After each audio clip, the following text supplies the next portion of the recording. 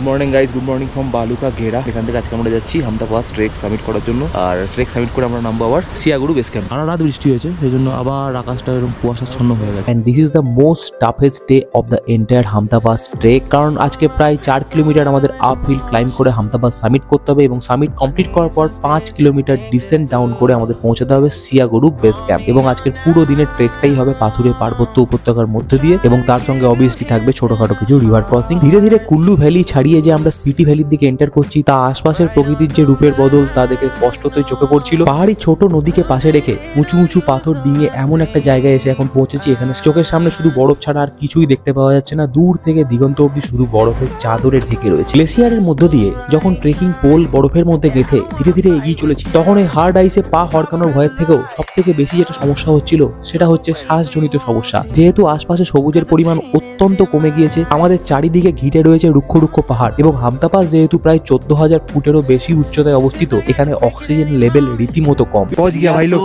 পৌঁছ গিয়া। এটা হচ্ছে Spiti valley, 14,000 feet Hampta pass. And we made it.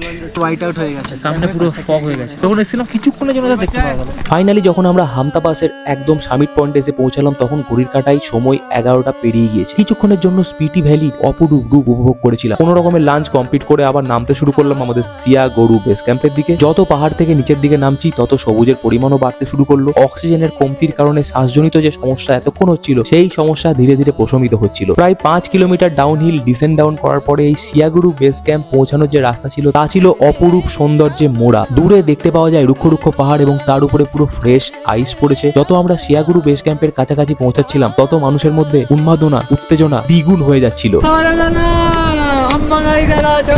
এখন আমাদের ইভিনিং স্ন্যাক সুপি ম্যাগি, আর তার সাথে চা। সুপি ম্যাগি কেমন লাগছে ব্রাদার? পাহাড়ি ম্যাগি।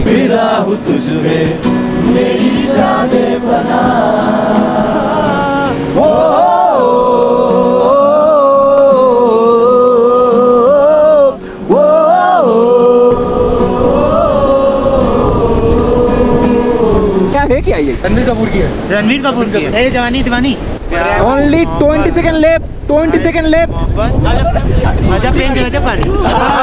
রাত যত বাড়তে লাগলো, বাইরে কনকনে ঠান্ডা হিমেল বাতাসে প্রায় দাঁড়ানোই যায় না। তাই সিদ্ধান্ত নিলাম টেন্টের ভেতরে ঢুকে সবাই মিলে উনো খেললে কেমন হয়। একটা টেন্টের ভেতরে মোটামুটি আমরা 4 জন শুই, কিন্তু এই উনো খেলার জন্য আমাদের টেন্টের ভেতরে প্রায় 8 থেকে 10 জন একসঙ্গে বসে ওপরে হেড টর্চ লাগিয়ে এই উনো খেলাটা আজ অব্দি মনে পড়ে। এই হচ্ছে আমাদের সিয়াগুরুর রাতের টেন্ট। এটা আমার হেড টর্চের আলো দিয়ে দেখতে পাওয়া যাচ্ছে। এই টেন্ট আমাদের গল্প গুজব চলছে, প্রচুর জুতো দেখেই বুঝতে পারা যাচ্ছে।